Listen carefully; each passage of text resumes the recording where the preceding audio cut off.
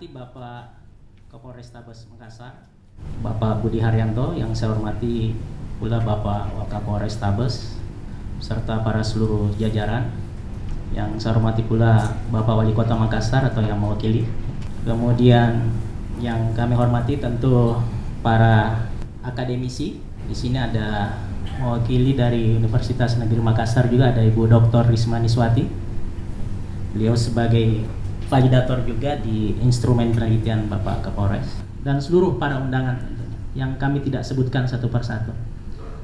Perlu kami sampaikan sebagai pembuka dari FGD pada forum kali ini bahwa focus group discussion yang dilaksanakan pada hari ini merupakan bagian dari penelitian disertasi dari Bapak Budi Haryanto. Beliau adalah salah satu mahasiswa pasca sarjana yang telah melaksanakan seminar proposal. Saya pikir bukan hanya sebagai bagian dari akademik, tapi ini juga betul-betul target Kota Makassar tercipta Harkamtibmas. Saya kira ada dua agenda, bukan hanya penelitian yang merupakan bagian FGD, tapi juga merupakan bagian peran kita semua untuk menciptakan Harkamtibmas di Kota Makassar. Kemudian FGD ini tentu memiliki tujuan. Dari judul disertasi Bapak Budi Haryanto yang berjudul Strategi Kepolisian dalam Peningkatan Pelayanan Harkamtibmas di Polrestabes Makassar. Dengan pendekatan kualitatif, salah satu metodologinya adalah menggunakan FGD.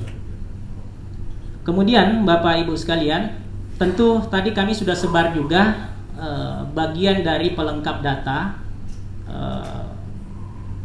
form FGD.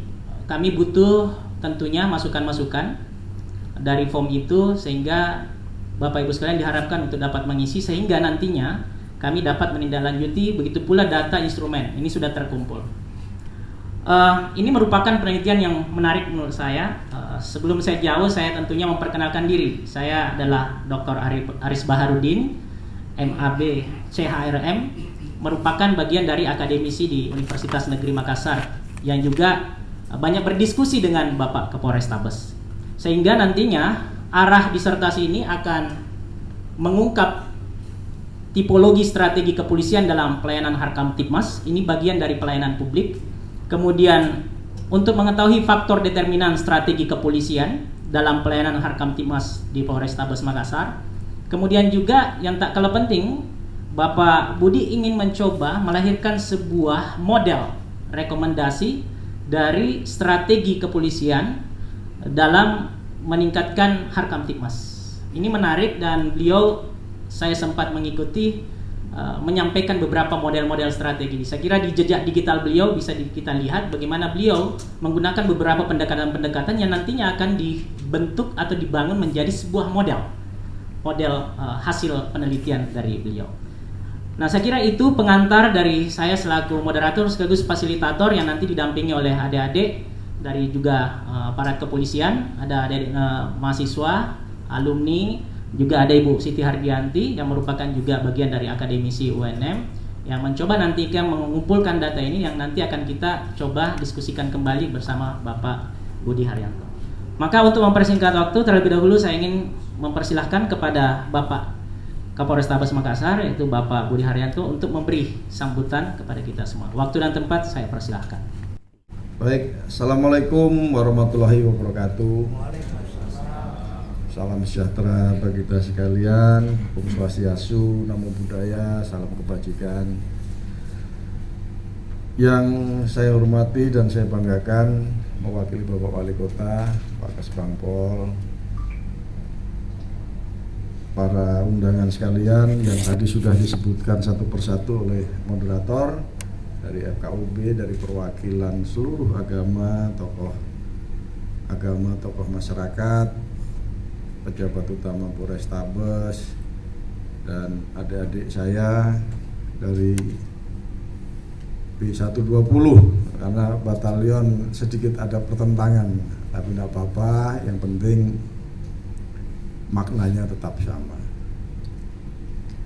Pada kesempatan yang berbahagia tentunya kami mengucapkan terima kasih yang sebesar-besarnya kepada seluruh undangan yang sudah menyempatkan hadir di tempat ini untuk sama-sama kita membahas tentang Harkamtibmas yang kebetulan masalah Harkamtibmas ini saya angkat menjadi judul disertasi atau tema disertasi kami, karena memang dalam pelaksanaan tugas saya ingin bahwa apa yang saya lakukan bisa diuji secara akademis oleh para akademisi, karena di situ saya bisa mendapatkan ilmu dan saya bisa memperoleh tambahan-tambahan atau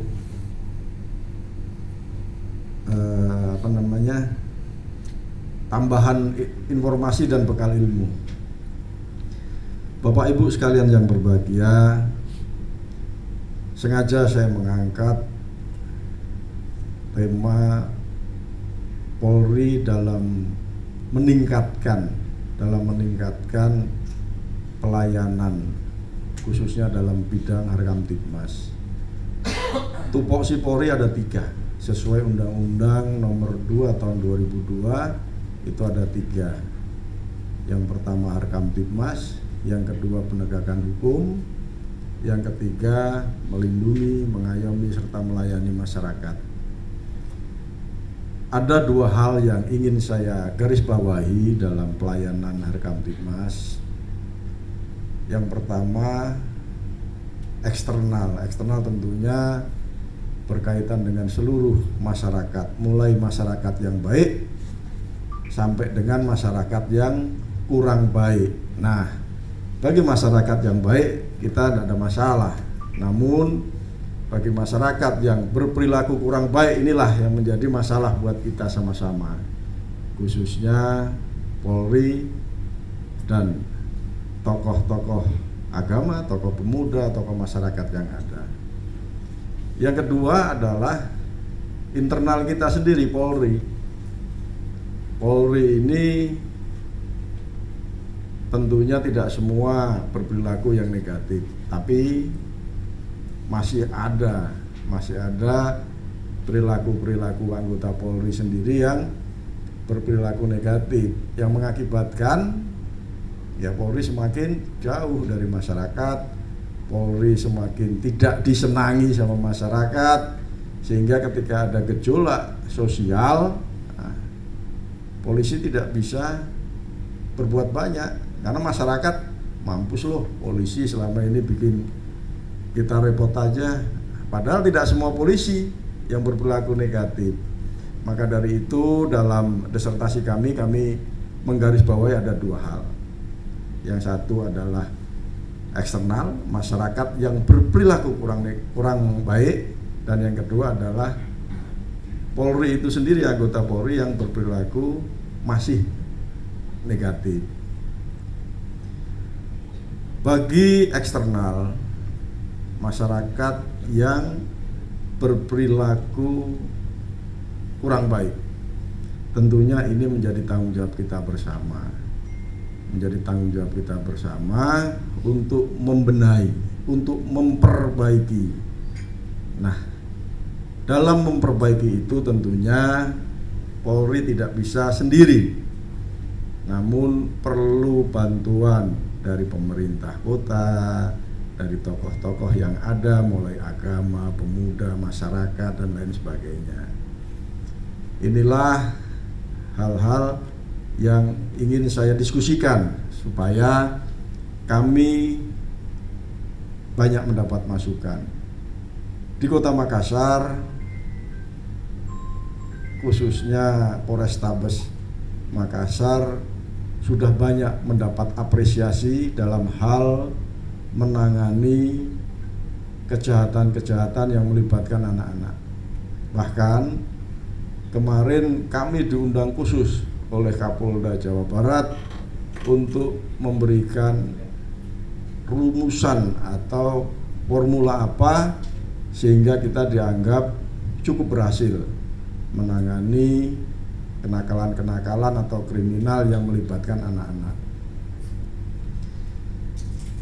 Di Kota Makassar, saya banyak dibantu oleh saudara saya itu si Isal.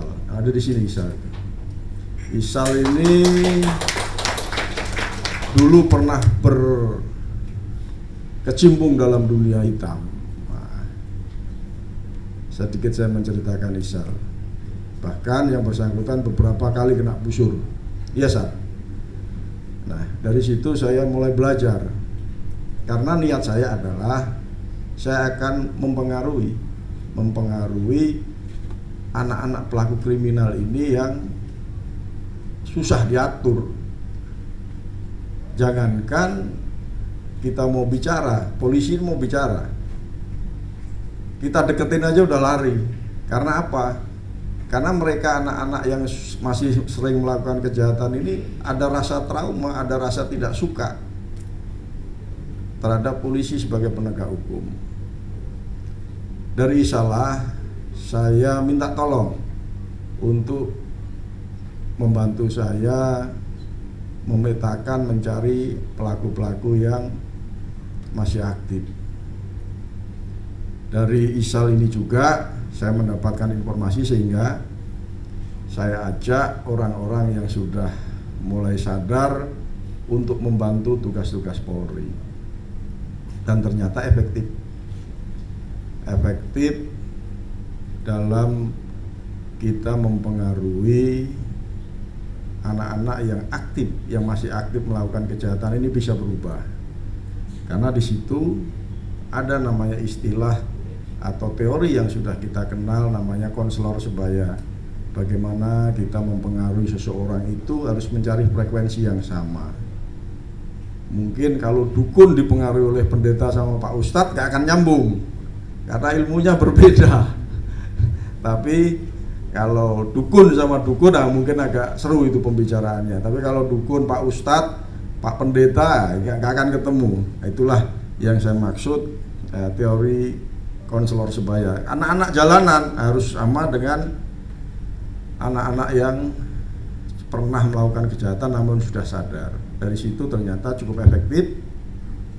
Anak-anak yang masih aktif bisa dipengaruhi. Tentunya ini juga tidak terlepas dari peran serta Bapak Wali Kota kita yang sangat mensupport saya dalam hal mencarikan solusi bagi anak-anak yang sudah sadar ya, yang dari tadi awalnya melakukan kejahatan sudah bisa kita sadarkan. Dan tentunya anak-anak ini ingin mencari masa depannya, masa depannya dengan cara bekerja.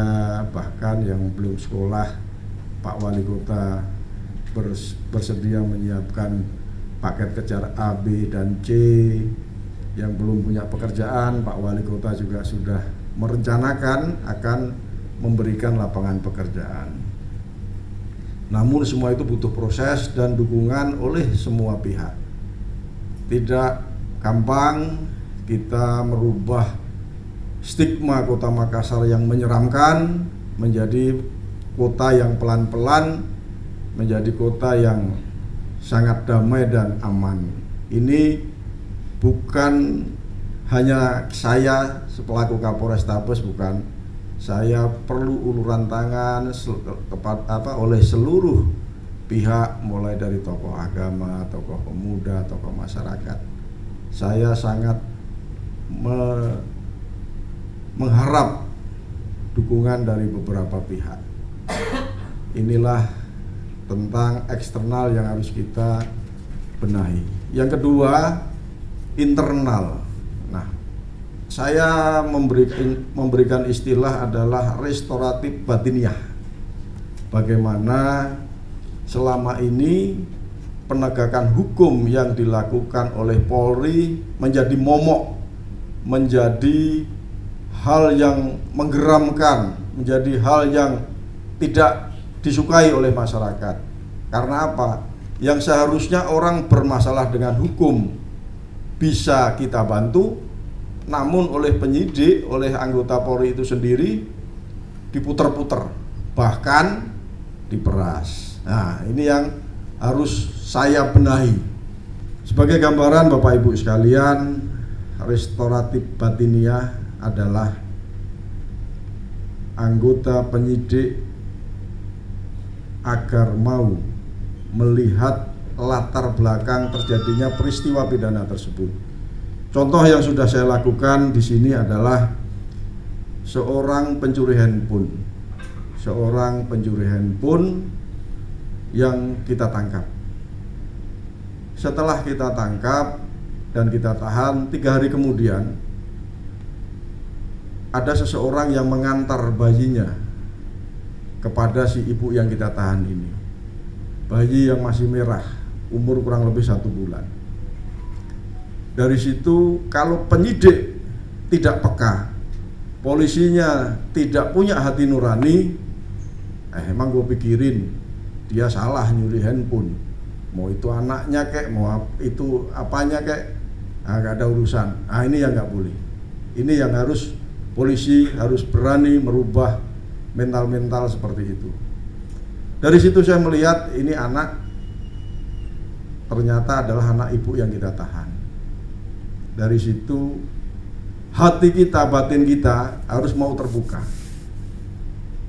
Setelah saya telusuri, ternyata motif daripada pencurian handphone tersebut adalah ibu itu punya 3 anak dan tidak bisa makan. Kalau tidak mencuri, anak-anaknya akan mati. Nah, di sini diperlukan penyidik yang punya hati nurani. Penyidik yang mau melihat latar belakang seseorang melakukan kejahatan.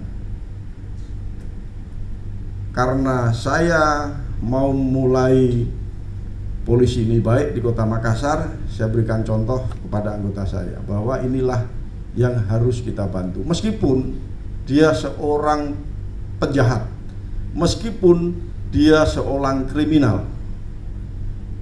Pertanyaan besar saya, apakah seorang kriminal tidak berhak mendapatkan perlindungan, pengayoman, dan pelayanan oleh polisi?